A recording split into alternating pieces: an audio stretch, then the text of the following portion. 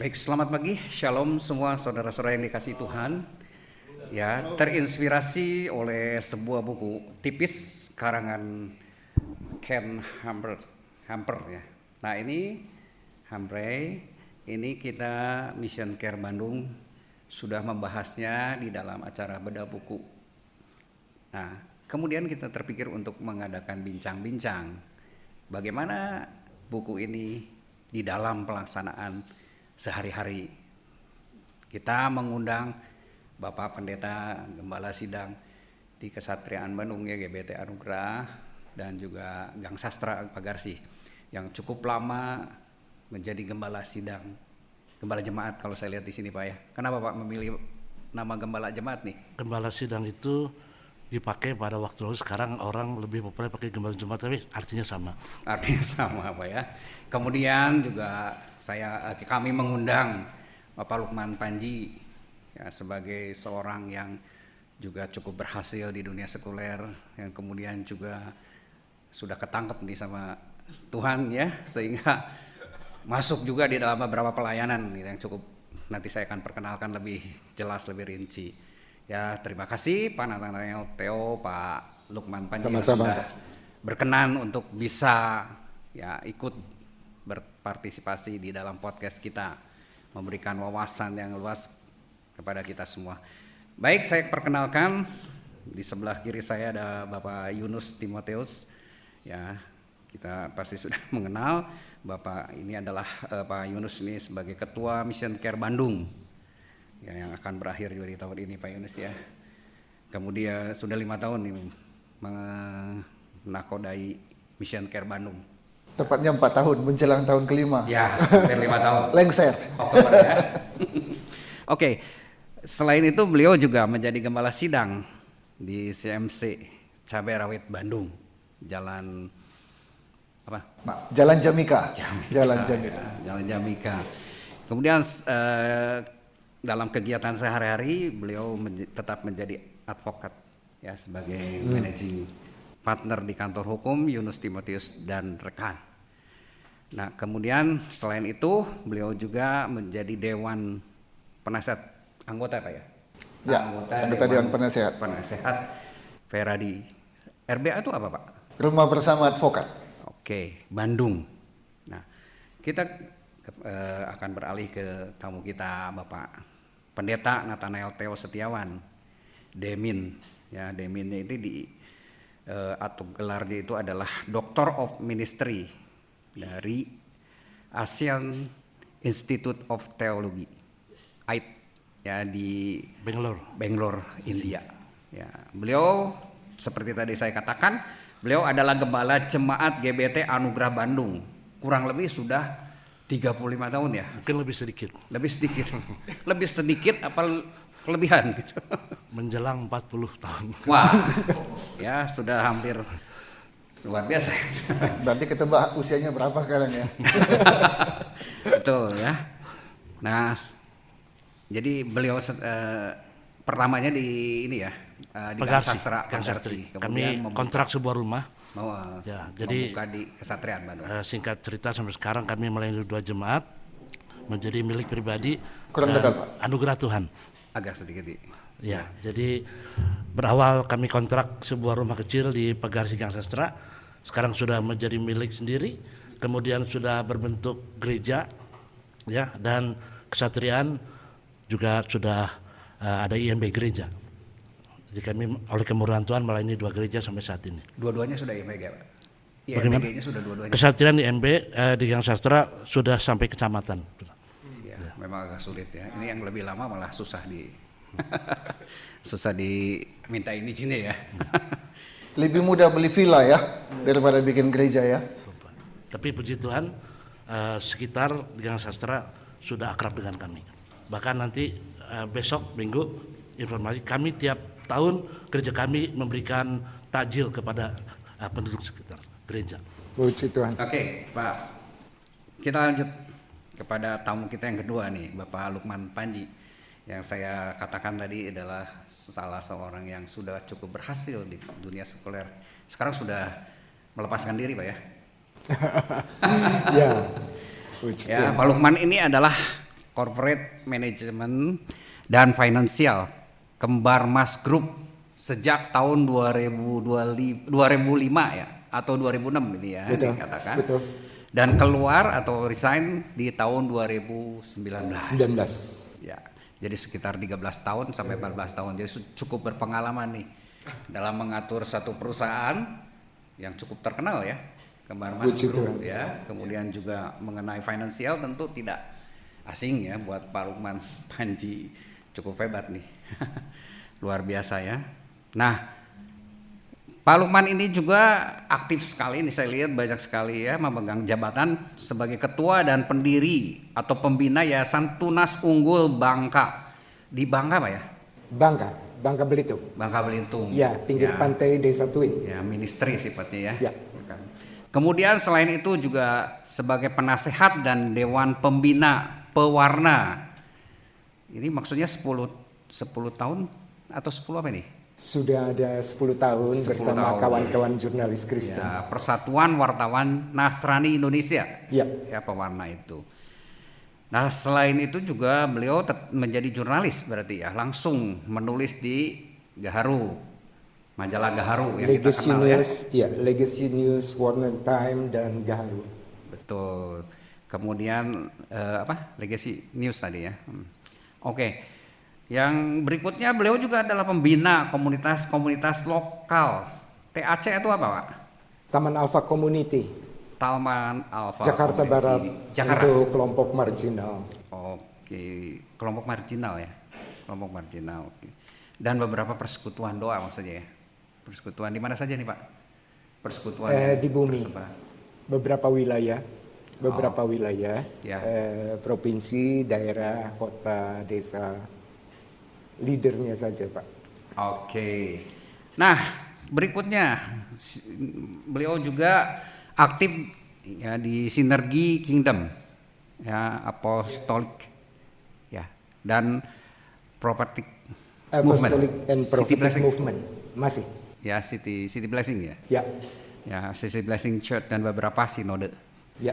Nah, yang terakhir nih pergerakan ministry kolaborasi seni budaya, salah satunya COP sebagai penasehat ya, dan juga di dalam aktif di jaringan doa sekota mana nih, Kota Bandung nasional.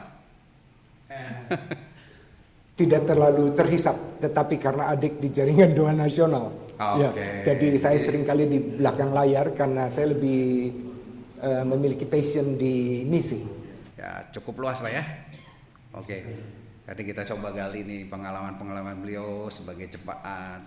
Kemudian kenapa bisa juga tertarik menjadi ya pemimpin di sini ya, menjadi beberapa pembina ya, ketua pembina di ministry, di bidang ministry.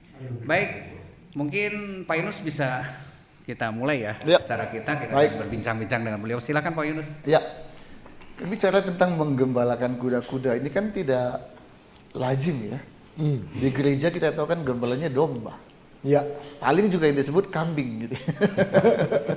Ya kan, selalu ada pemisahan domba dan kambing. Nah, ini tiba-tiba ini kita bicarakan tentang kuda. Nah, ada apa sih gitu ya? Nah, tadi Pak Isa sudah menjelaskan, ada bukunya ternyata. Ada buku yang membahas tentang peranan kuda di dalam gereja. Nah, sebelum kita akan bahas terutama pengalaman-pengalaman, sepertinya Pak Isa kita udah kelompokkan ini ya, satu gembala satu kuda kali ya. Betul. Jadi kita akan belajar dari beliau-beliau yang sudah cukup pengalaman Pak Yunus. Iya kan? Oke, mungkin Pak Yusa bisa highlight sedikit saja apa sih isi buku ini, terutama kenapa kuda? Silakan Pak. Jadi memang pertama kali saya lihat ini juga rada aneh ya, kok menggembalakan kuda-kuda seperti tadi Pak Yunus bilang. Yang kita kenal selalu adalah menggembalakan domba. Kambing. Ya, ada kambing tapi kan sebetulnya malah harus dipisahkan gitu ya. Tapi ini kok ada menggembalakan kuda. Kemudian saya mulai baca dan saya melihat bahwa ternyata Tuhan itu mengirim bukan hanya domba-domba untuk digembalakan di sebuah gereja. Ternyata juga bukan kambing yang masuk ke sebuah kumpulan ya atau apa ya komunitas gereja. Ya. Tapi juga ya kambing yang suka nanduk-nanduk itu ternyata ada juga yang lebih liar dari situ ya, yaitu kuda-kuda. Tetapi kuda-kuda ini dikatakan adalah orang-orang yang cukup Ya, potensial. potensial. Dia berhasil, dia pemimpin tipe A, berarti dia sangat-sangat kuat. Jadi pemimpin yang boleh dibilang dia punya ide yang cukup banyak dan dia bisa terapkan.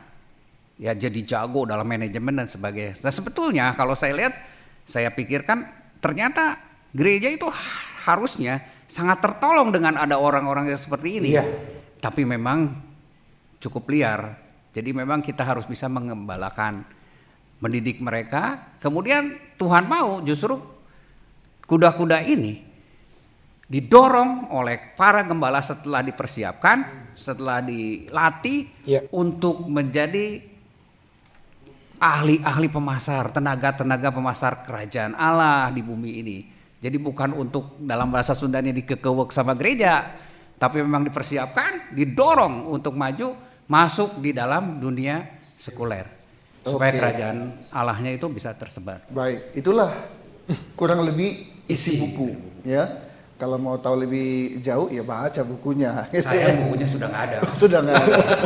Oke, saya bisa mencoba menarik kesimpulan, kuda di gereja ini bisa jadi berkat, bisa jadi masalah. Ya, nanti kita akan perdalam. Tapi pertanyaan pertama kepada Pak Nathanael, Pak, di jemaat Bapak ada Pak kuda-kuda seperti itu, Pak? Menarik sekali pembahasan pagi ini, terutama setelah saya mendapat materi dari Pak Yusak.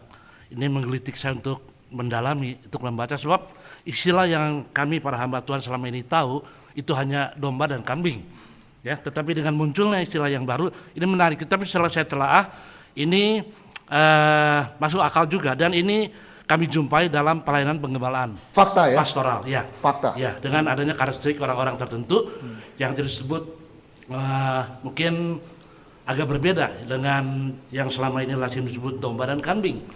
Ya, yaitu mereka yang perlu penanganan khusus. Itu sudah kami alami, Pak, dan kami kedatangan orang-orang seperti ini, ya. Dan tentu dengan hikmat Tuhan, dan juga terus terang diperlukan kesabaran yang lebih, ya, passion, kesabaran yang lebih dari seorang gembala. Sebab selama ini, maaf kata, istilahnya domba dan kambing yang tadi Pak Yunus bilang adalah bukan orang tunduk tapi orang yang bertanduk, ya Pak, ya, bukan memiliki submission tapi orang yang tapi ini kuda ini perlu penanganan yang khusus, Pak. Hati-hati kalau dia nyapa, Pak. Wah, lebih bahaya dari kambing itu. Tapi apabila dia sudah ditangkap hatinya oleh Tuhan, dia menjadi satu orang-orang yang potensial dalam pekerjaan Tuhan, juga sekaligus menjadi jembatan untuk orang-orang yang di luar gereja untuk menjadi member gereja, untuk mereka diselamatkan lewat mereka, ya. Dan sebentar sedikit lagi, Pak, saya pernah menghadapi beberapa orang seperti ini, Pak, ya. Dan, di jemaat, ya, di jemaat, ya, tentu jemaat. Saya bicara jemaat saya, bukan jemaat orang lain. Beberapa orang saya berhasil tangkap, tapi beberapa orang berhasil kabur, Pak. Ya, kabur karena ini memang pengalaman. Saya pikir semua gembala sedang menghadapi hal ini, tapi beberapa kami tangkap. Dan setelah kami bicara yang sudah di kandang kami ditangkap kuda-kuda ini, mereka mengalami new birth, kelahiran baru, dan itu hasilnya luar biasa. Ya, jadi tadi ulasan terdahulu dari Pak Yusak dan Pak Yunus, mereka juga akan bermanfaat di dunia sekuler. Tapi alangkah berharganya kalau mereka di gereja sudah mengalami new birth, kelahiran baru, ya, dan mereka akan membantu gembala, juga menjadi tenaga-tenaga pendukung dalam pekerjaan Tuhan. Tapi saya tadi secara terus terang saya bilang beberapa orang saya tidak berhasil, Pak, karena saking liarnya kali ya. Dan mungkin nendangnya tadi, Pak. Tapi saya tidak putus asa, sebab Tuhan tidak pernah kehabisan cara, dan beberapa kami tangkap. Amin. Itu pengalaman sementara. Silakan. Jadi fakta bahwa di jemaat Bapak ada ya yang disebut kuda-kuda itu ya. Betul. Nah, mungkin bisa sekarang diperjelas, Pak. Mereka itu sebenarnya siapa? Ya.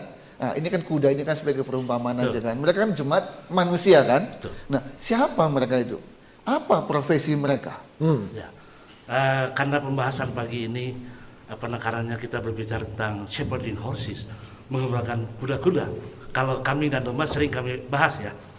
Nah, kita akan bicarakan kategori orang-orang seperti ini. Mereka itu, Pak, yang tersebut orang yang memiliki kehususan, ya, misalnya dalam dunia usaha, ya, misalnya orang-orang yang di dunia sekuler mereka sudah kesana kesini malah melintang, dan sekarang mereka mulai Lebih masuk. dikenal mereka dari gembalanya kali ya. Ya, Pak. Mereka masuk ke dalam tempat di mana kita dipercaya Tuhan untuk menggembalakan dalam gereja Tuhan. Ternyata setelah menghadapi mereka, Pak, itu tidak semudah seperti kita menghadapi yang disebut tadi domba-domba dan kambing yang lain, karena mereka itu punya karakter khusus, ya. Dan kami sebagai gembala sidang, kami harus minta hikmat lebih dari Tuhan. Oke, jadi mereka pengusaha. Ya. Terus apa lagi? Ya, orang-orang yang terkemuka di masyarakat. Intelektual gitu. Ya, banyak kalau disebutkan. Gitu ya. Ya. Jadi di luar dua hal ini, Pak, mereka pengusaha, Ya. ada duitnya mungkin banyak, Kurang lebih. jadi merasa bisa Mereka ngatur. punya influence pengaruh juga di masyarakat. gitu ya. Ya. Tokoh-tokoh, Ya. ada artisnya? Ya, Ada artisnya? ada juga, Pak. Oh, ada. Ada juga. Ya. Nah Bapak senang sama kuda sama kambing domba nih kalau dalam mengembala nih? Begini, kita ini adalah, kami bicara hamba Tuhan, adalah pribadi-pribadi yang Tuhan tempatkan di dalam ladangnya, dan mau tidak mau kita harus menghadapi semua kategori ini. Ya. Ya kan? Domba dan kambing sudah terbilang. Sekarang kuda-kuda juga mau tidak mau, kalau kita lihat dalam Alkitab, ya saya lihat pembahasan orang-orang tertentu seperti Paulus dan sebagainya adalah orang-orang yang ditangkap oleh Tuhan. Ya, dan lewat Ananias. Ananias ini dikatakan mungkin orang-orang yang bersahaja ya. Tapi Tuhan pakai. Sekarang kepada hamba Tuhan, tentu saja kita tidak boleh berpikir hamba Tuhan hanya minta urapan Roh Kudus saja. Tapi kita juga minta hikmat. Kita harus mengupgrade diri kita.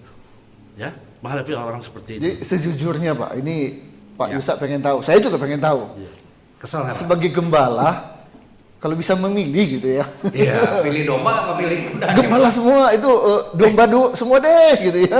Jangan ada. Ya, ada yang kami pilih begitu, Pak. Iya, betul. Ya kan? Bapak milih apa? Kami sebagai hati seorang hamba, kami pilih semua. Oh, jadi domba ada, kambing pun ada, dan kuda pun Dan ada. menurut saya satu hal yang tidak bijak dan tidak baik di hadapan Tuhan kalau kami hanya kepada satu kategori orang ini, yang lain kami abaikan. Ya, semua kami pilih. Semua harus dilayani. Coba kalau Tuhan kirim ke tempat kami, itu sudah bertanda bahwa Tuhan kami siap menggembalakan mereka. Ya, jadi mau tidak mau kami sebagai gembala harus mengupgrade diri kami. Ya, menghadapi karakter mereka, dunia mereka, sifat mereka dan sebagainya. Dan tidak sedikit perlawanan mereka. Nah, justru itu kita mau mengingatkan. Sepertinya ada cukup banyak gembala-gembala yang nggak siap menggembalakan kuda-kuda ini. Mereka malah bilang kesel kalau bisa ada cepet-cepet deh keluar dari gereja saya. Boro-boro bagaimana mengelola, menggembalakan. Mungkin dengan ada kuda gitu. Itu aja baru tahu gitu Saya kan. pernah membaca, Pak, sebuah buku tentang pastoral leadership, ya kan? Kalau seorang gembala sidang tidak siap untuk menambung banyak jiwa, jangan minta banyak jiwa kepada Tuhan. Ya, kalau belum siap mengupgrade diri, jangan doa Tuhan kirimkan banyak jiwa, dia sendiri nggak siap. Jadi banyak datang banyak pergi, Ya, banyak jadi kita datang harus banyak pergi. mengupgrade diri, ya Pak ya. Mungkin yang pergi ada, tapi kesiapan itu perlu. Kita untuk menggembala. Jadi kalau belum siap, jangan minta banyak jiwa sama Tuhan. Nggak tertangani nanti.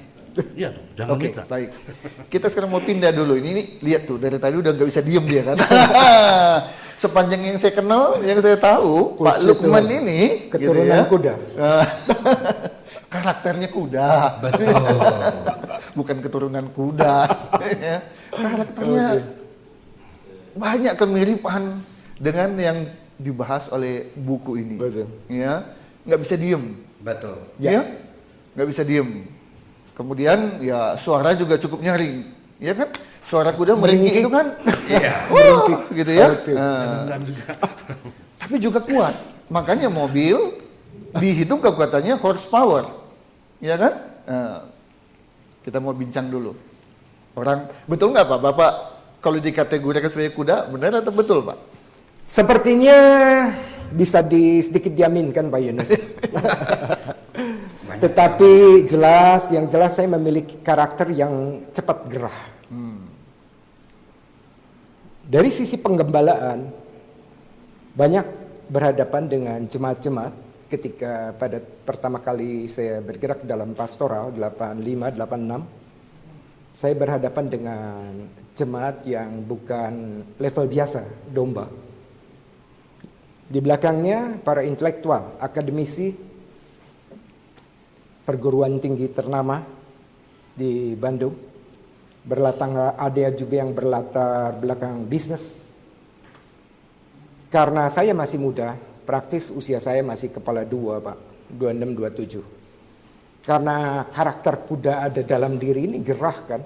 Senangnya itu bergulir misi.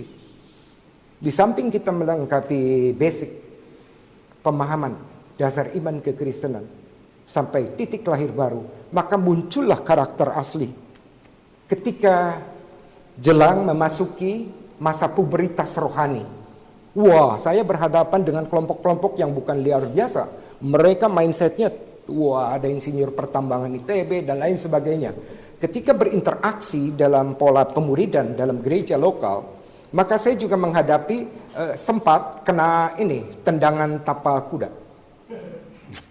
Artinya ketika saya berbicara ada satu yang meringkik. Nggak bisa Pak. Wah ini menghadapi ini lumayan juga Pak Yunus. Itu ketika ibadah? Oh, atau ketika meeting? Mentoring, pelatihan.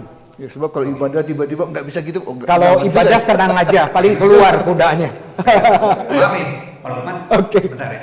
Saya ya kita ingin tahu nih, Ya. sebagai Bapak sebagai Ya, bukan sebagai pastoralnya, tapi sebagai kudanya nih, emang punya perasaan seperti apa melihat satu gereja gitu ya, perkembangan gereja seperti apa, atau gembala sidang menggembalakan.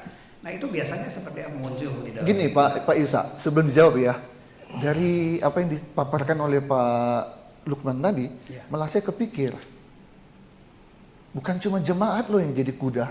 ya, Ternyata gembala juga Betul. nih, punya karakter kuda. Oke, memang di Ya, dalam buku nanti ini. kita dalami ya, tapi ini yang saya tangkap. Jangan kira menggembalakan kuda artinya hanya jemaat aja yang punya karakter kuda. Gembala pun punya karakter kuda. Ya. Tapi lanjut Pak. Oke, Ya. memang di dalam buku ini juga ada dikatakan bahwa kuda ini juga adalah orang-orang atau aktivis-aktivis gereja ya, yang mereka sudah mengerti Betul. tentang pelayanan dan mereka adalah kuda-kuda karena memimpin organisasi-organisasi gereja, gitu. Ya. Nah, cuman yang kita mau bahas nih dari Bapak dari sisi kuda sebagai kuda, gitu. Sebagai kuda. Ya, Oke. bagaimana melihat bergeraknya gereja ya, yang dipimpin oleh gembala-gembala sidang. Biasanya ada kritik. Nggak puas ngelihat ini ibadahnya terlalu panjang, ya, dikritik. Ibadahnya terlalu cepat, dikritik. Betul. Khotbahnya terlalu panjang, kepanjangan. Ya. Khotbahnya terlalu pendek, kurang persiapan. Ada aja. Apa begitu Pak? ya. Saya ngalami, saya memposisikan diri menjadi kuda.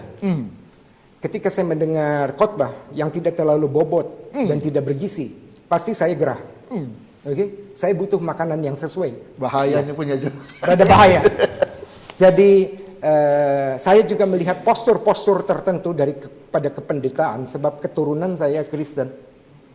Jadi ada yang slow, umumnya mainstream pergerakan. Kalau karismatik senang karena bisa jingkrak-jingkrak Pak. Nah, ketika saya menghadapi satu titik tertentu dan Tuhan membawa saya kepada satu posisi tertentu, maka saya melihat tuntutan itu lebih banyak. Wah, saya ini bukan milik kamu. Saya ini miliknya Sang Gembala Agung, begitu kan? Itu pandangan dari sudut mindset kuda ya. Betul. Oke. Nah, ketika saya berhadapan seperti itu, maka saya juga kan punya anak-anak rohani, jemaat-jemaat yang saya bina. Dan ketika saya berhadapan dengan karakter seperti itu, salah satu contoh, seorang insinyur pertambangan ITB, dia luka, dan ketika saya pakai coba cemeti, nggak nerima. Oke, saya harus mengubah diri saya, dan saya berteriak kepada Sang Gembala Agung, Tuhan, aku mengasihi dia, apa salah? Aku menyampaikan, saya sempatkan jeda waktu 2-3 hari Pak. Lalu kemudian saya mencari alamat dia di tempat kos dia. Saya merendahkan hati saya bilang mari kita bersama bergerak untuk kerajaan Allah. Dan akhirnya hasilnya, buahnya sangat efektif. Beliau membuka company di Singapura dan beliau penggerak misi di kalangan anak-anak muda Bandung di era 80-90-an. Begitu Pak.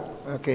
Oke. Pak, kita kembali ke Pak Nathanael. Pak, bisa cerita pengalaman nyata di jemaat? Mungkin Bapak langsung ingat, oh si ini.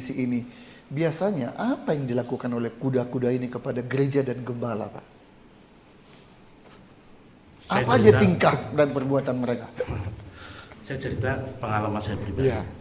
Beberapa orang, dan saya jelaskan ada beberapa yang mungkin mereka... Jangan kasih pelosan namanya ya. Namanya kuda aja. Mereka keluar dari gereja kami, tapi dengan baik. Tapi beberapa kami tangkap, ya. Dan semuanya punya action seperti tadi saya tangkap Pak Panji bilang ada yang protes, tidak puas dengan sikon ibadah, ya kan, dan lain sebagainya. Mereka kasih masukan, oke, saya terima. Tapi saya analisa, ya, Sebab kalau semua saya ikuti kemauan dia, ya kan, seketika saya rubah, nanti juga bukan satu hal yang wise, yang bijaksana. Tapi step-step yang saya lakukan adalah lambat laun. Saya bilang yang bagus, yang reasonable, yang masuk akal saya ikuti. Ya, tapi yang belum waktunya, bukan menolak ya, yang belum saatnya, karena sebetulnya harus gradual ya, harus bertahap. Nanti tunggu sabar. Tapi ada orang yang tidak sabar, Pak, ingin sekejap berubah, ya, ingin sekejap berubah. Mungkin ini orang perfeksionis mungkin ya, berubah. Saya bilang ya nggak bisa. Tuhan juga membentuk kita tidak sekaligus sempurna. Ya kan, jadi kita harus belajar. Tapi beberapa saya tangkap, beberapa tidak bisa, Pak. Nah, untuk saya sendiri kan kiat-kiat, saya kan old fashion, ya Pak ya. Jadi zaman baheula, pendeta zaman baheula. Tapi anak-anak saya, puji Tuhan, yang muda dan mungkin boleh disebut kuda juga, seperti Gideon dan sebagainya, ya, yang punya background ilmu dan sebagainya. Kedua anak saya sekarang mulai tampilkan mereka. Karena biar bagaimanapun jiwa muda mereka dan kekinian. Ini penting bagi para gembala sidang yang mengadakan gereja saat ini, itu harus melihat sikon saat ini, gereja now ya, yang tidak bisa kita pasangkan seperti zaman dulu, apalagi dengan munculnya kuda-kuda yang tadi disebutkan dengan latar belakang ilmu ini dan sebagainya. Maka saya sekarang memajukan anak-anak saya, ya, tenaga-tenaga muda yang pikirannya juga mungkin disebut boleh kategori kuda-kuda. Oke. Kita fokus, Pak, kepada apa sih yang mereka kerjakan di gereja dengan kapasitas mereka sebagai kuda. Yang saya tangkap tadi, mereka berani. Ya, Pak. Berani memberikan usulan. Termasuk protes ya. Termasuk memprotes. Bukan kritik lagi ya. Ya. Tapi langsung memprotes. Dan repotnya, apa yang mereka inginkan, itu ingin secepatnya dilaksanakan. Ya. Seketika kan? Seketika, instan. Padahal nggak mudah ya. Oh, iya. Oke. Apalagi Pak yang mereka lakukan? Pengalaman yang ada di Bapak alami di gereja. Ya, mereka kalau bisa kita gereja yang ada ini yang sudah berjalan sekian lama dan no problem artinya berjalan. Kalau bisa dia ngamali perombakan seketika sesuai ide yang mereka punya. Jadi revolusioner. Iya kan? Iyalah. Secepatnya bisa harus berubah, itu keinginannya. Iya, gitu. Oke, tapi Pak, di luar itu kalau hanya ngusul, protes, berani nggak mereka berkorban, Pak? Nah, Ini kuda-kuda ini katanya kan pengusaha, gitu. Kenyataannya, ya Bapak alami gimana? Ya, kita sebagai gembala sidang, kita cuma protes itu kalau membangun kita terima ya. Ya kan, kerja protes yang unreasonable tidak masuk akal kita debat, kita berikan alasan-alasan. Tapi juga kita harus seimbang. Sedangkan kalau kita cinta Tuhan, protes juga salah satu. Sebab apa namanya, kasih itu bukan hanya membelai, tapi juga menegur ya. Ya, kasih itu bukan hanya menegur, tapi termasuk protes ya. Saya bilang oke, tunjukkan kasih Anda. Ya, selain protes-protes Anda, perlawanan Anda terhadap mungkin metode yang selalu berjalan, tapi tunjukkan, show your love, tunjukkan kasihmu kepada gereja. Kita tantang itu. Dan kalau Anda hanya omong doang, nah mungkin suka bagi gereja menerima, tapi tunjukkan dulu. Dan saya selalu tantang, Pak. Dan tadi puji Tuhan beberapa orang itu, yang kuda-kuda itu, yang masih ada di gereja kami, mereka selain juga memberikan ide-ide, protes, masukan, mereka juga orang-orang yang mulai belajar berkorban. Ya, sesuai dengan level mereka kuda. Ya dong. Mereka berkorban, terus terang. Ya gereja kami terbantu oleh kuda-kuda itu. Jadi nggak cuma Om Do ya? Ya Om Do itu nggak laku Pak. Oh, Nah, mungkin Pak Lukman nih bisa jelasin juga, begitu Pak Lukman punya ide-ide buat merubah gereja, begitu nggak Pak Lukman punya pemikirannya seperti apa nih? Oke.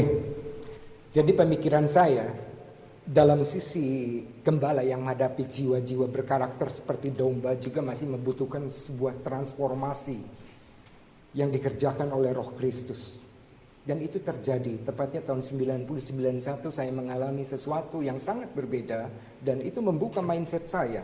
Paradigma pandangan saya tentang gereja, paradigma saya tentang kingdom, paradigma saya tentang sifat-sifat sorgawi, tabiat Kristus yang harus hadir, diimplementasikan dalam kehidupan sehari-hari, tidak terbatas oleh dunia, gedung agama, tetapi juga bisa merambah ke berbagai sisi pilar kehidupan seperti perpolitikan, bisnis, seni rupa, seni budaya, media, IT, seperti yang Pak Peter Walker sempat singgung. Nah, ketika itu saya sepulang dari Korea Selatan, Yonggi-cho, 9192, memang anugerah Tuhan. Saya ini sulit, karakter saya ini agak kuda. Jadi Pak Yunus selalu ngetawain saya kalau ketemu wajah saya ya, begitu ya. Oke. Jadi saya bersyukur saya ketemu seorang bapak mentor di Indonesia yang memang memiliki karakternya Raja Wali dan kuda yang hebat, tangguh. Sehingga ketika mementor saya itu bukan dengan bahasa Alkitabiah yang halus. Teologi yang bisa masuk saya cerna. Seperti yang saya dapatkan ajaran-ajaran teologi sebagai basic menjadi seorang pastor. Tetapi beliau selalu bicara tentang langsung keras. Kamu ini nggak pantas Lukman. Begitu. Waduh, saya pendeta diomongin sama pendeta kayak begitu. Sebetulnya luka, tapi karena karakter kuda boro-boro luka ya. Paling cengisan. Ya, saya bilang oke, Indonesia needs the strong spiritual leader. Ya, Indonesia ini membutuhkan ya orang-orang yang handal, spirit berkarakter kuda, dan dia bisa berdiri sampai Tuhan datang kedua kali. 92 saya bertemu dengan almarhum Saudara Rahmat Manulang dan kita di Singapura. Saya berbicara to the point tentang apa yang dibutuhkan oleh gereja. Dan kita membutuhkan orang-orang yang handal untuk menghadirkan kerajaan Allah yang bukan hanya ngawang-ngawang ilusi, tetapi diwujudkan implementasi dalam kehidupan sehari-hari. Sehingga kami bersama-sama mengupas itu, coba membuat satu formula Pak, bidang-bidang untuk wakil gembala up to the top yang sudah aktif. Dan di situ ada domain-domain ternyata benar Pak. Salah satunya jadi gembala sekarang di Los Angeles. Tadi di FB baru protes. Maknya Lukman ternyata si Tony Bastaman itu saya sebut nggak apa-apa, dia rada nekat sama saya. Jadi pernah bareng sama saya masuk di lapangan ya Bandung Selatan, kita nembarkan misi Injil Kerajaan Allah. Kemudian seorang almarhum ketua seni rupa Indonesia dari alumni FSRD ITB juga beliau mengatakan begini. Pak Lukman, aku sudah diminta untuk menjadi gembala sidang dan menjadi pendeta ditabiskan sejak beberapa tahun yang lalu. Tetapi aku berprinsip itu bukan bidangku, aku kuda seni.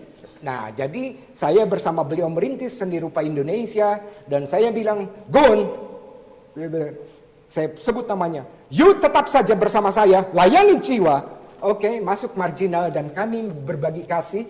Sampai akhir hidup beliau, dia seorang mentor dari gembala-gembala di daerah Serpong. Dan beliau tetap eksis di seni rupa. Begitu Pak? Pak Lukman. Oke. Dugaan saya ini ya. Yuk. Dugaan saya. Boleh. Yang paling nggak betah berada di satu gereja. Sehingga kalau tanya, kamu gereja mana? Gereja keliling Indonesia. Ya. Karena keliling, pindah. GKI. Ini biasanya karakter kuda, benar apa tidak?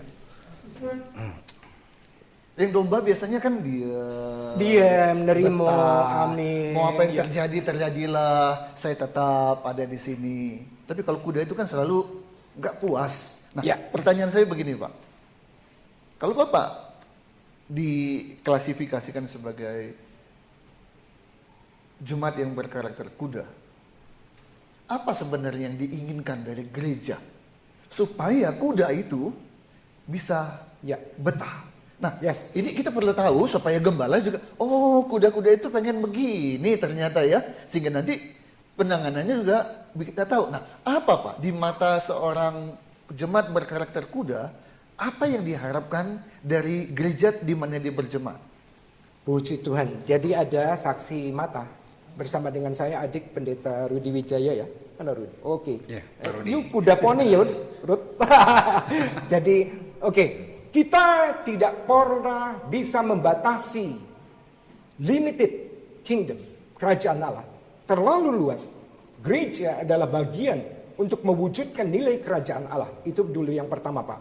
Yang kedua, ketika kita masuk dalam pembinaan, pelatihan atau coach atau mentoring di satu korporasi gereja lokal, maka persiapkan ya bidang-bidang kadangnya kuda itu harus dipersiapkan. Kalau dia memang businessman, kenapa enggak? Bikinlah ya satu komunitas atau departemen kaum marketplace. Kalau seni, kenapa kita tidak sajikan saja? Jangan takut tersaingi. Kalau memang dia memang ahli kitab buku, tapi tetap kuda tiap hari ayat aja, masukin aja begitu. Bikin pendidikan teologi. Ini pandangan saya. Jadi jangan pernah membatasi mindsetnya Sang Gembala Agung, Kristus. Sebab kalau kita berbicara tentang agama kekristenan, sebenarnya itu memiliki spirit yang sangat universal, mengatasi semua agama-agama. Itu Pak. Oke, Pak Nathanael, saya pernah dengar di Bandung ini ada sebuah gereja yang disebut itu kerajaannya majelis. Artinya majelis yang sangat dominan dan berkuasa di gereja itu, bukan gembala. Kenapa? Ya, majelisnya orang-orang kaya, majelisnya orang-orang intelektual sarjana, ya S1, S2, S3, entah S apa lagi gitu ya. Nah, jadi itu yang ada duduk di majelis. Sehingga akhirnya ya dia yang ngatur. Keuangan dia yang ngatur. Apa-apa dia yang ngatur. Nah, apa pandangan Bapak terhadap gereja yang kudanya terlalu dominan, Pak? Ya Pak, dalam dunia pelayanan kan ada beberapa metode dalam penata layanan dalam gereja, ada episkopal dan lain sebagainya.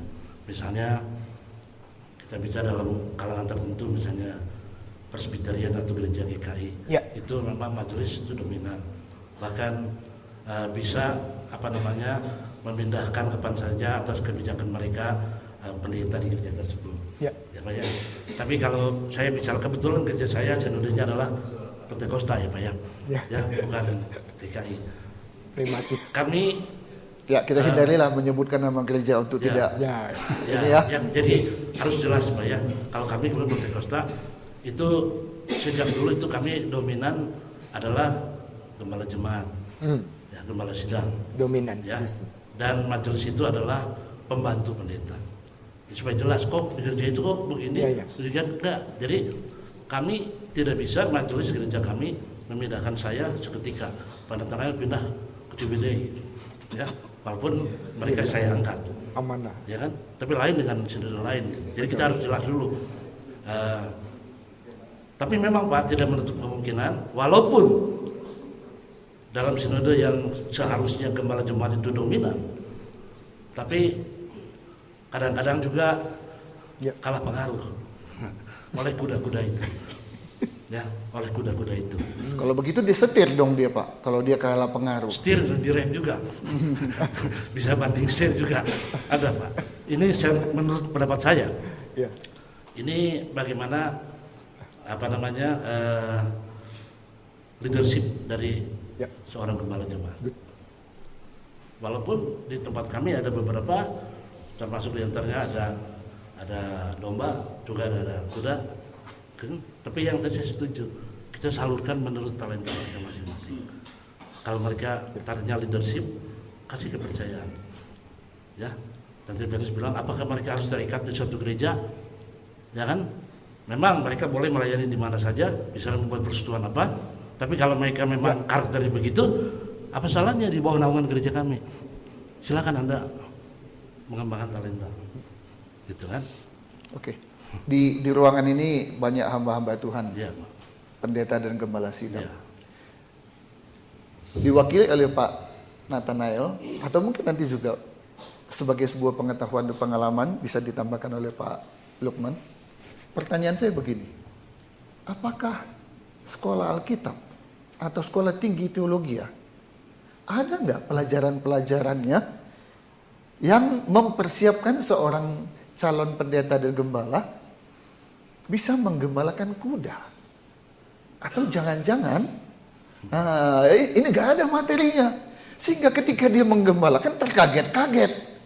Coba cara ini keliru, coba cara akhirnya ya sudah jatuh bangun dulu, baru oh begini ternyata ya kuda itu karakternya begini, penanganannya begini. Nah, jadi kembali pertanyaan, ada nggak sekolah Alkitab ataupun sekolah teologi memang mempersiapkan calon-calon pendeta dan gembala? Kalian harus tahu ya, ada kuda dan caranya begini. Ada nggak, Pak? Pak siapa Ini pertanyaan? bagus ini. Pak dosen, silakan. Pak dosen. Ya. Saya kebetulan juga ikut mengajar di beberapa sekolah Alkitab.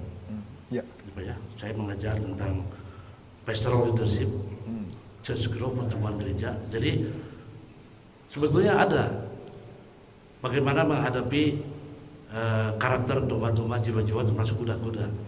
Itu ada. Apa nama pelajaran atau mata kuliahnya? Ya itu kalau saya berikan mereka tentang misalnya karakter building untuk pribadi gembala, bukan hanya untuk mereka juga ya. Lalu dalam pastoral ministry itu luas sih Pak. Kalau kita gali itu ya luas. Tapi pada prinsipnya kembali lagi untuk menghadapi karakter domba, kambing, kuda itu tidak cukup hanya dengan menguasai kita ilmu teologi, tapi juga kita harus mempunyai pengalaman dalam pelayanan. Ya, maka ini pengalaman sebagai gembala sedang. Saya selain pengajar juga saya gembala jemaat. Sekarang jebolan sekolah tinggi teologi ya, itu mereka terinspirasi bahwa kami itu harus melayani di belakang mimbar saja. Harus karena kami sarjana teologi. Jadi kami ini karena sarjana harus di belakang mimbar. Tapi kalau untuk saya sendiri, saya dulu memang juga pernah belajar bekerja di perusahaan swasta nasional sebagainya, lalu jadi gembala. Saya bilang kepada mereka, Anda kalau ingin melayani pekerjaan Tuhan, bagus Anda menguasai ilmu teologi ya. Tapi untuk melayani pekerjaan Tuhan itu tidak cukup, karena tadi menghadapi realita jiwa-jiwa bermacam rambut semua sama hitam, mati orang siapa tahu. Ya, itu harus Anda menguasai dari dapur sampai mimbar. Kalau saya mengajar mereka dari dapur sampai mimbar, tidak cukup hanya pengetahuan teologi saja, tapi kesiapan kita melayani pekerjaan Tuhan, tempaan-tempaan menghadapi jiwa-jiwa. Direktur sekolah kitab kami mengatakan kalau Anda tidak bisa, bukan berarti sarjana teologi harus gosok WC, bukan. Kalau Anda tidak siap menggosok WC, bagaimana mau menggosok jiwa manusia? Jadi harus menghadapi dari hal yang kecil sampai yang besar. Ya. Tapi maaf kata ini realita Pak, saya gembala jemaat ya. Saya bukan hanya mengajar di sekolah kita, tapi saya juga gembala jemaat. Sekarang mereka image-nya, kami kan harus di belakang mimbar Pak. Jadi sorry kalau kami harus bersih bangku, itu bukan bagian saya. Saya bilang, Anda kapan bisa make sure, bisa matang Anda. Gitu. Oke, mungkin Pak Lukman bisa tambahkan Di tanpa pengalaman sekolah mengurangi kitab rasa atau hormat saya kepada STT? para dosen dan rektor STT, baik di Indonesia atau di beberapa negara. Tentu saya juga sering bersinergi dengan para rektor STT. Sempat pertanyaan yang sangat luar biasa dari Pak Yunus ini, tajam. Saya tidak bisa jabarkan jawab A atau B, tetapi itu yang ada di passion saya. Dan saya sampaikan kepada sang rektor, oke, Pak Lukman, itu yang membuat kita ingin melakukan satu siklus.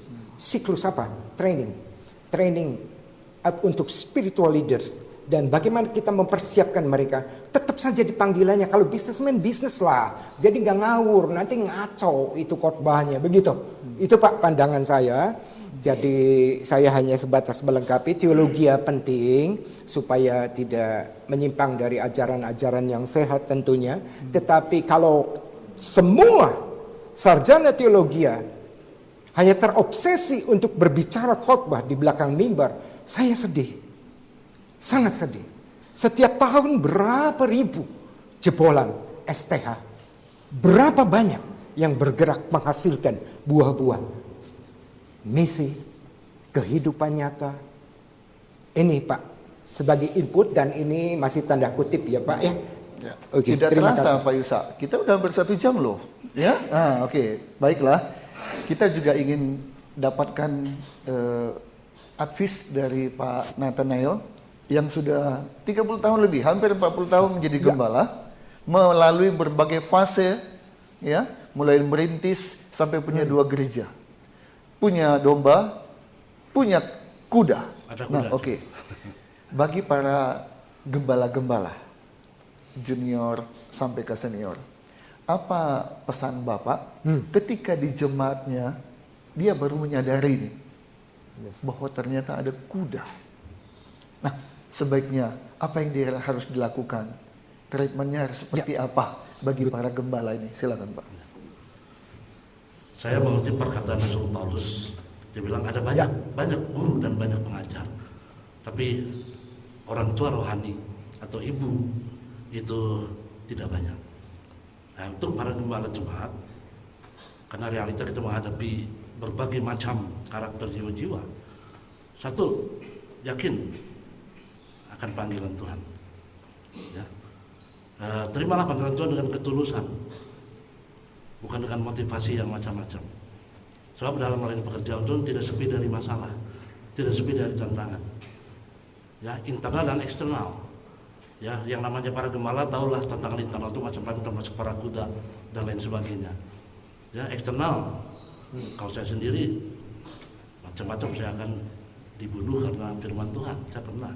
Jadi banyak hal kita akan hadapi. Nah, nasihat kepada gembala, kalau toh Tuhan mengirim, kalau domba dan kambing mungkin sudah banyak ya kita hadapi tiap saat. Gampang. Nah, tapi kalau muncul ada kuda, mungkin kuda lumping atau Kuda lumping. Kalau kuda poni masih enak kan?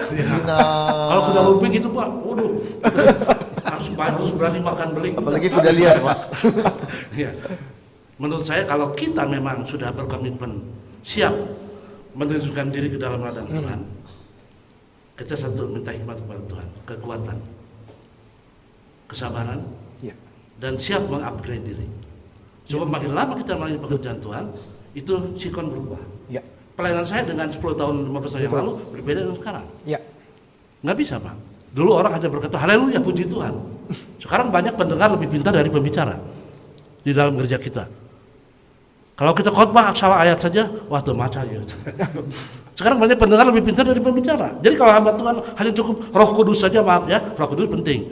Hanya Roh Kudus saya saja dan itu, kita tidak mengupgrade diri, wah kita akan terseret oleh arus sekarang ini. Apalagi dengan munculnya kuda-kuda. Ya, dan kalau bisa mengupgrade diri, ya, lihat sikon dalam pelayanan. Sekarang ada gereja, karena saya gembala, jadi saya banyak ngobrol dengan para gembala. Jangan masih old fashion.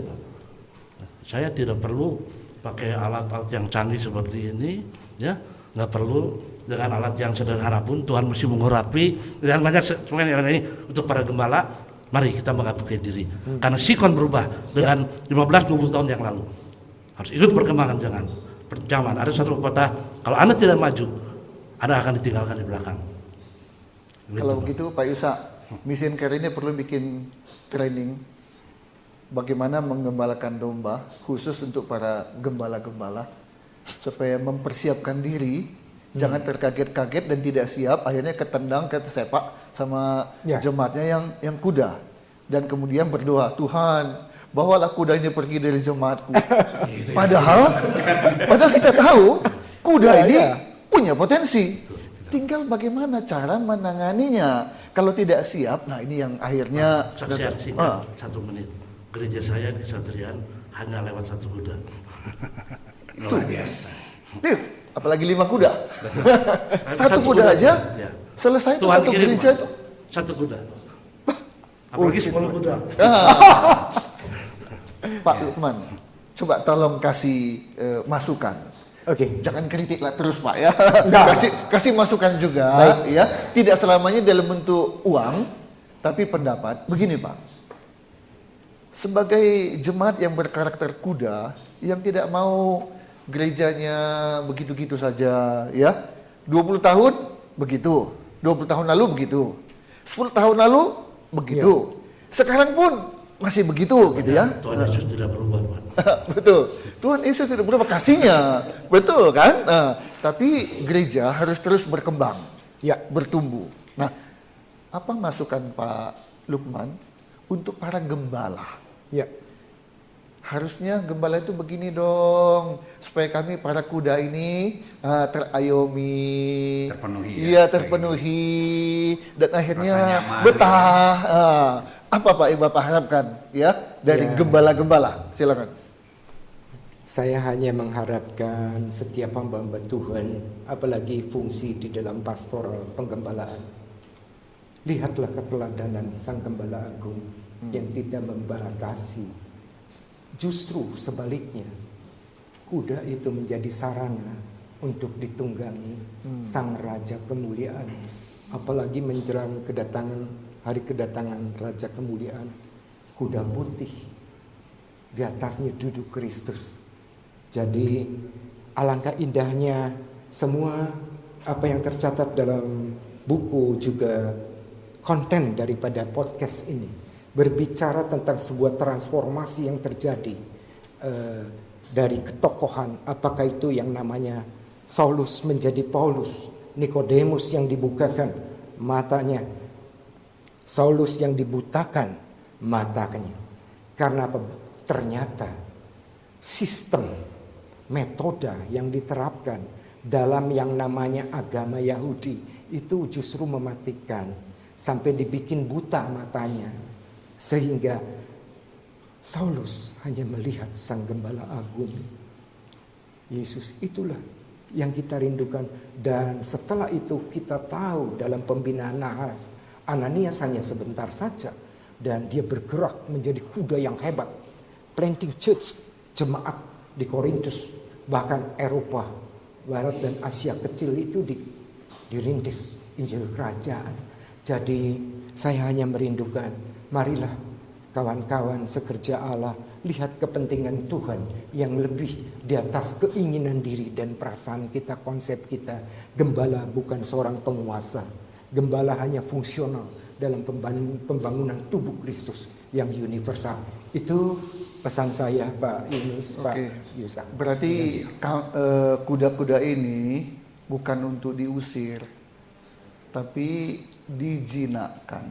Ya. Sebab katanya kuda yang paling kuat, kuda yang paling bisa berlari jauh adalah kuda liar yang sudah berhasil dijinakkan, dibandingkan kuda yang memang dipelihara, lahir dan dikasih makan. Ya, ternyata katanya itu kuda liar yang berhasil dijinakkan itu jauh lebih berpotensi tenaganya segala macam dibandingkan kuda yang diternakkan. Ya. Nah, begitu juga dengan gereja. Kalau ada jemaat yang masuk ternyata dia kuda liar, jangan didoakan supaya cepat-cepat pergi dari gereja. Ya, tapi Tuhan berikan kemampuan kepada gembala untuk bisa punya leadership, kepemimpinan, penggembalaan, sehingga kambing-kambing itu bisa dijinakkan atau ditaklukkan dengan kasih Kristus, dan mereka menjadi potensi yang besar dan luar biasa untuk pertumbuhan gereja. Kira-kira kesimpulan seperti itu benar? Betul ya? Betul. Oke, nah tinggal lagi bagaimana seorang gembala atau banyak gembala harus menyadari bahwa ya dia harus siap menggembalakan tidak hanya domba tapi juga kambing.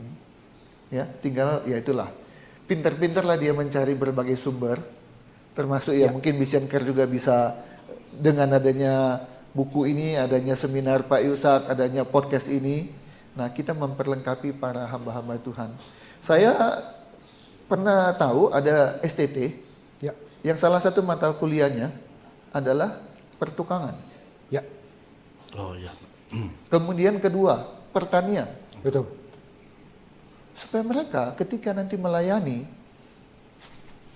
persembahan kurang, mereka bisa dapatkan penghasilan lewat keahlian mereka bertukang, lewat keahlian mereka bertani. Nah, banyak hal. Jadi jangan hanya teologi lagi, ya kan? Tapi perlu lagi diperlengkapi dengan hal yang lain. Gitu kan? Entrepreneurship dan sebagainya. Sehingga memang Pak Ishak, kalau dipikir-pikir gembala ini memang tidak mudah ya. Jangan orang pikir, oh jadi gembala, jadi pendeta gampang.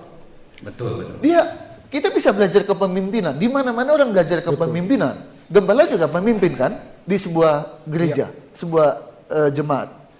Tapi kepemimpinan seorang gembala ini melebihi kepemimpinan yang ada di dunia sekuler. Iya. Sekuler PHK, pecat, bisa. Kita nggak bisa. Dia punya kuasa. Tadi Pak Lukman bilang, gembala tidak boleh sok kuasa. Di sini harus menangis kita kepada Tuhan. Tuhan, ini belum jinak-jinak. Ya, harus menangis. Tapi nanti setelah ada jinak, kita bilang, Tuhan terima kasih. Kuda ini engkau kirim. Sekarang satu gereja berdiri gara-gara si kuda. Iya. Betul. Iya kan? Jadi ya gembala-gembala jangan putus asa bahwa ada satu kuda yang dikirim. Nanti malah doanya Tuhan kirim kuda lain. Amin. Setelah dia tahu bagaimana menjinakkan kuda dan tahu manfaat dari kuda. Nah, ini Pak Yusa harus kerja lagi lebih keras lagi membagikan pengetahuan tentang penggembalaan kuda di gereja. Iya, memang seperti itu ya. Jadi kita dari podcast ini kita bisa melihat bagaimana Pak Nathanael juga sudah berpengalaman ya untuk mendirikan satu gereja cukup satu kuda. Ya. Bagaimana kalau 10 kuda berarti bisa 10 gereja. Ya, memang ketika kuda itu mengatur, sebetulnya mereka tidak memang ingin menguasai, tapi mereka dengan karakteristiknya, ketika mereka sudah yakin bahwa ini berhasil dengan cara ini, mereka mencoba untuk merubah pola pikir dari seorang hamba Tuhan untuk bisa mengikuti bukan cara yang jelek ya, tetapi memang sudah berhasil dilakukan. Dan mereka juga biasanya bertanggung jawab ketika mereka mengatakan, oke, saya bantu. Mereka akan lakukan itu. Tapi menarik ya, tadi kalau Pak Lukman karakternya kuda, Iya. tapi ketika jadi gembala dia akan bilang, nah itu. Merasakan Pak ya. Iya kan? Dulu saya jadi kuda, sekarang jadi gembala, harus menggembala kuda. Silakan Pak. Kuda di gereja saya Iya. yang sudah dijinakan sangat cinta kepada gembalanya. Waduh. Betul ya, karena mereka juga kadang-kadang bicara seperti Sangat itu, cinta kepada gembalanya. Itu contohnya Pak. Tinggal ya. bagaimana menangani mereka ya. Ya. Ya, contohnya kan Petrus. Petrus juga luar biasa ya. Dia berani sama Tuhan Yesus, menegur Tuhan Yesus. Tetapi ini sahabat terbaik Tuhan Yesus. Ya, sampai Tuhan Yesus maksudnya berani untuk mempercayakan gerejanya kepada Petrus. Ya. Di situ justru orang yang seperti itulah yang merupakan sahabat terbaik. Ya, jadi memang kita harus merubah pemikiran kita. Orang yang sulit diatur, liar kelihatannya, itu semua diberikan Tuhan kepada gereja dengan maksud tertentu supaya kerajaan Allah baik melalui gereja itu maupun di luar itu akan berkembang gitu. Pak Yusa, Tugasnya susu kuda yang paling mahal itu susu kuda apa? Sumbawa ya. Kuda liar. Kuda liar.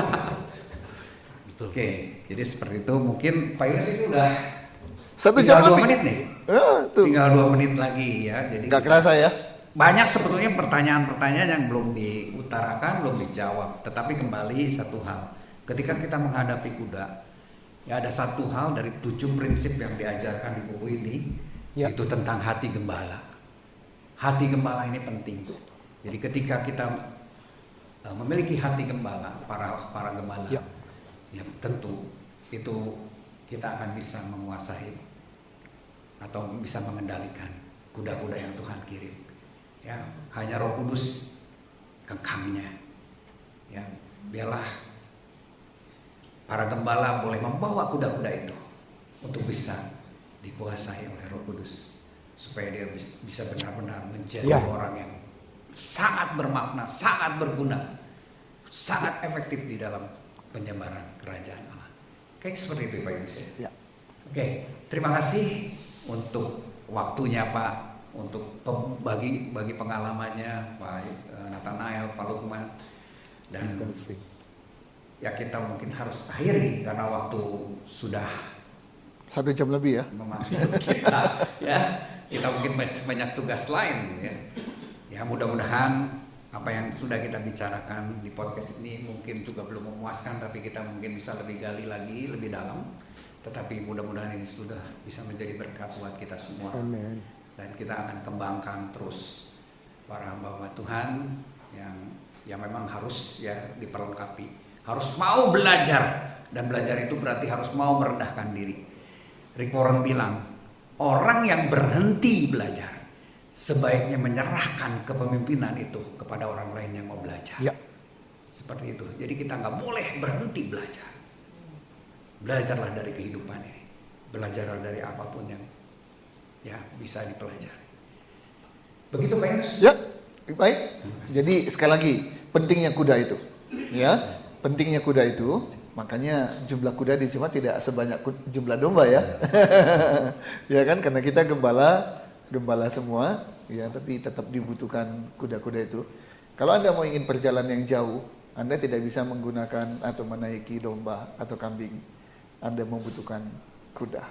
Kalau Anda ingin jemaatmu maju, bertumbuh, maka Anda juga butuh kuda ada di dalam jemaatmu. Semoga podcast kita ini bermanfaat untuk semua pendengar kita. Amin.